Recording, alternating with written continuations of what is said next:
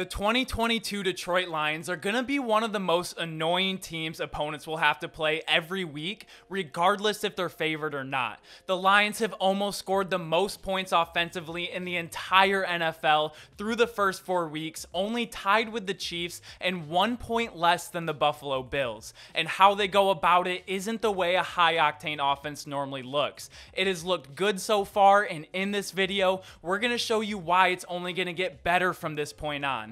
Because what they're trying to do is clear, and the thing is, other teams just haven't been able to stop it to this point. The Lions are averaging over 7 yards per carry, and they're almost doing it exclusively between the tackles. And oh yeah, between their tackles, they're playing 3 backups. They're missing both Pro Bowl guards in Jonah Jackson and Vaitai, and their All-Pro center in Frank Ragnow, who are all expected to come back this season. They are bullying teams at the line of scrimmage, but they're also being super creative with the rest of their playbook too when defenses get too aggressive trying to stop the run, and it has led to some explosive passing plays as well. And not to say they've been unstoppable or perfect, they haven't. They're still making some questionable decisions, like deciding to throw for it on 3rd and 4th and goal. Like, if you know you're going for it, why not run it on 3rd and either score and get closer? And they also still threw the ball 34 times in a game that they were never losing in, and after a 22-point halftime lead, they more so went away from the run game and let the other team back in it. But credit to the Lions, they responded multiple times on offense with touchdown drives and won the game when it felt like Lion teams of the past would have almost certainly lost that game. So, we need to check out this Detroit offense and take a closer look, because we've been talking culture for a few years now with this team, but now we get to talk real football with the Lions, because they've played incredibly well up to this point, and they're only going to get better as they get more healthy with their offensive line. And later on in the season, we will see the most explosive receiver out of the draft back on the field as well in Jameson Williams. So let's see what they're doing well and what they still need to work on. There's obviously a lot to talk about, so let's get into it. And to set the stage of how this film breakdown is going to go is we have a lot of clips, but we're only going to cover the first 2 to 3 plays very slowly and in depth to understand how the play was executed, and then we'll go through the rest of them quickly and cover the core concepts of their rushing attack. And then we'll see how they've been able to be creative with the rest of their offense, all predicated off of these rushing concepts that set up explosive plays, which has led them to be one of the highest scoring offenses in the first few weeks of the season. And the 2 things we need to note before we get into this play is these 3 guys right here, guard, center, guard, are all backups, backing up either Pro Bowl or All-Pro caliber players. And if we look at how the Commanders are lined up on defense, they have 8 in the box. So the Lions are showing run, the Commanders are ready for the run, but we're going to see it doesn't matter if you execute properly. And we're going to get some counter action on this play, and we're going to cover what all 8 players are supposed to do on this play, and we'll see how they execute it. So we're going to have a double here with the guard and tackle, and then the guard is going to leak and get to the 2nd level defender. The center's going to back block, and the tackle and tight end are also going to back block.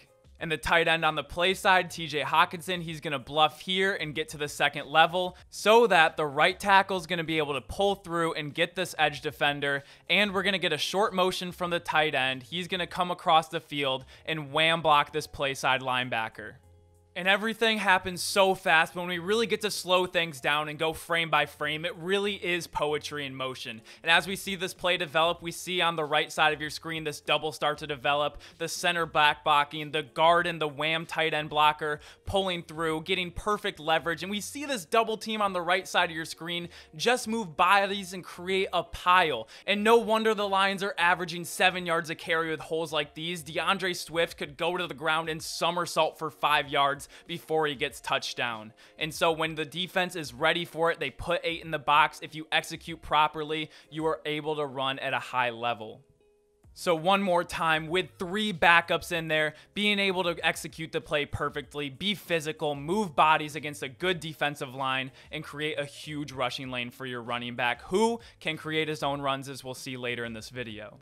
And I know that last play took a while, so we'll only cover one more play in depth, but we have another counter trap action, but I really want you to pay attention. We have a 3 technique right here, but it's all about this double team. They're going to take this 3 technique all the way to the opposite 1 technique. And this play only works if they can get the movement of this 3 technique and get to the second level linebacker. And as the center down blocks this 3 technique, this tackle is able to pull through and trap this nose technique. And if he can get movement, there's going to be a huge hole right up the middle. Let's see if it happens.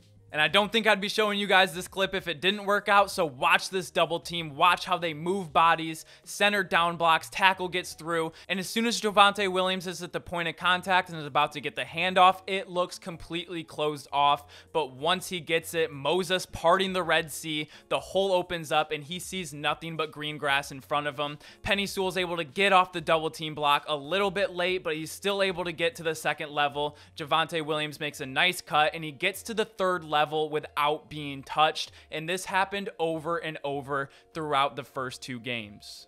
And here the Lions are in 13 set, 3 tight ends on the field, 1 running back, and the Commanders have 7 in the box. This is about the equivalent of putting 8 in the box when you go empty set. When you have the line that the Lions do and you have the running back in DeAndre Swift that's explosive and has great field vision, this is how you get 50+ yard plays like you see the Chiefs do, running up and down the field with all their speed. They're just doing it in a different way, moving bodies, and they were able to do this all game long. DeAndre Swift, this is his second 50+ yard rushing attempt in his first 2 games. And it's only going to get better when they get their Pro Bowlers and All-Pro backs, but it's 7 yards a carry. It's not like it's feast or famine either. It's usually feast, feast, feast, and then an even bigger feast. The Commanders just had no answer all game long, and that's why it was really confusing why the Lions ever went away, especially when they got the lead and when you had this dynamic running game. But maybe you're just not a believer in the Commanders' defensive line or their rushing defense, but let's look back to week 1 against the Eagles, an Eagles defense that just held Vikings running backs to 25 yards in the entire game. The playing field is a little bit more even now as we have Frank Ragnow and Jonah Jackson back in the game.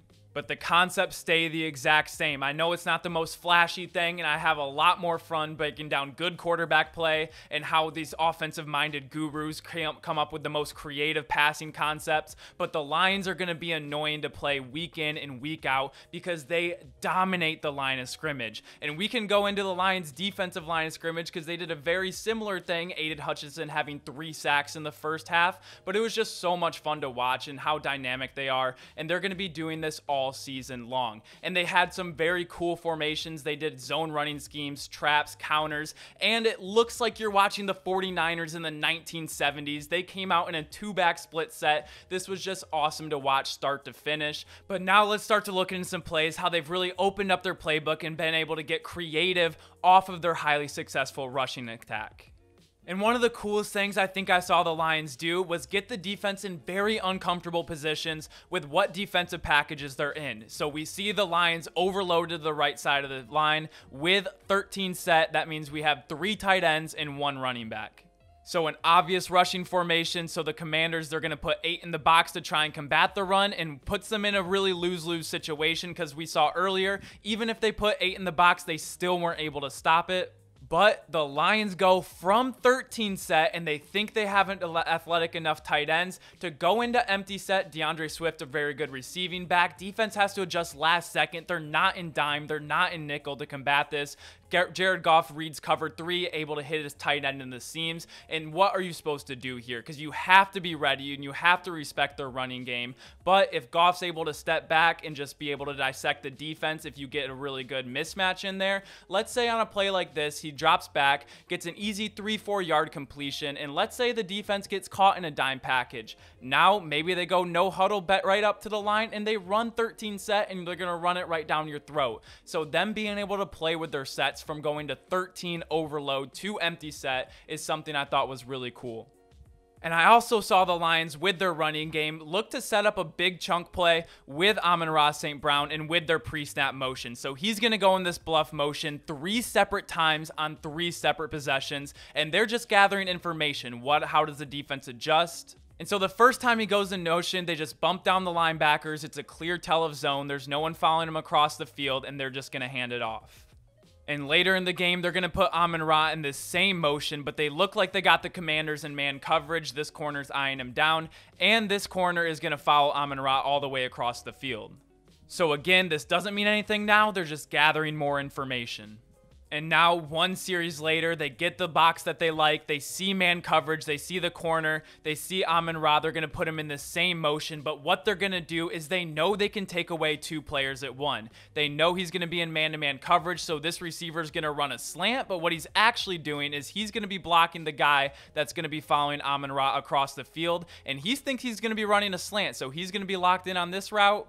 And so being patient, gathering information, seeing how the defense plays against your run and your play action. And so now when you go in motion, you're going to hand it off to Amon Ra. And now we see the corner and man coverage. We're going to see the receiver get the block, be able to pick up Amon Ra's guy. And before the corner even realizes, he's up the sideline for another 50-yard gain. This is how you have a high-octane, big chunk play offense without forcing the ball down the field. And probably the most obvious way to capitalize off of a good rushing attack is play action. The linebackers and safeties are going to bite in. Jared Goff capitalized this multiple times in the game, throwing for 4 touchdowns in this game. And when you get play action, set up a screen game, just the way that Ben Johnson and MCDC have been setting up this offense, it's been so creative. And now looking at hindsight with how good the Eagles defense was, it's even more so impressive looking back on it. And having a good rushing attack is cool, but it's only going to get you so far. But we've also seen the Lions be down big against the Eagles and make a very good comeback. And a lot of this has to do with the emergence of a rising star in Amon Ra St. Brown. And Jameson Williams coming back in this lineup is going to give them the deep play threat that Amon Ra is going to thrive over. He's not the fastest guy, but he is a technician. And if you haven't been watching Gem Live for more than a year now, I could have told you this, as he was my biggest sleeper in the entire draft. But he has really come into his own in this offense, and Jared Goff looks a lot more comfortable. He looks like he did with the Rams in that 2018 when they had the #1 offense in the league, where he's really comfortable handing the ball off, working play action, and he has a good enough arm with a good offensive line to dissect the defense, and he's been a lot more smart, and a big part of this is his new favorite target in Amon Ra St. Brown. So, are the Lions gonna win the Super Bowl? No, I mean, have we seen the Bills play? But what I'm saying is we've been talking about this team for 2 years now about their culture, but now they are a real squad with a lot of potential and are only going to get better with time and as they continue to get healthy. And they have the chance to beat several teams this year that are going to be favored going in. But since they play bully ball, they can control the clock, put up points, and get after the quarterback. They've been able to do it against the Eagles with one of the best rush defenses. And they've been able to do it without 3 Pro Bowl caliber starters on their offensive line. I really hope this video was helpful in showing you how, if you're at home scratching your head wondering how in the world the Lions are scoring so many points, but how I started this video, they are no doubt going to be one of the most annoying teams opponents will play week in and week out. But let me know what you guys think. Make sure to like this video if you like videos like these. Make sure to comment down below what you think about this Lions team, maybe what their record can be, or how do you think they've improved year to year. And as always, make sure to subscribe if you enjoy daily sports content. Thank you all so much for watching. That is all I have for you today, but as always, I will see you all tomorrow. Peace!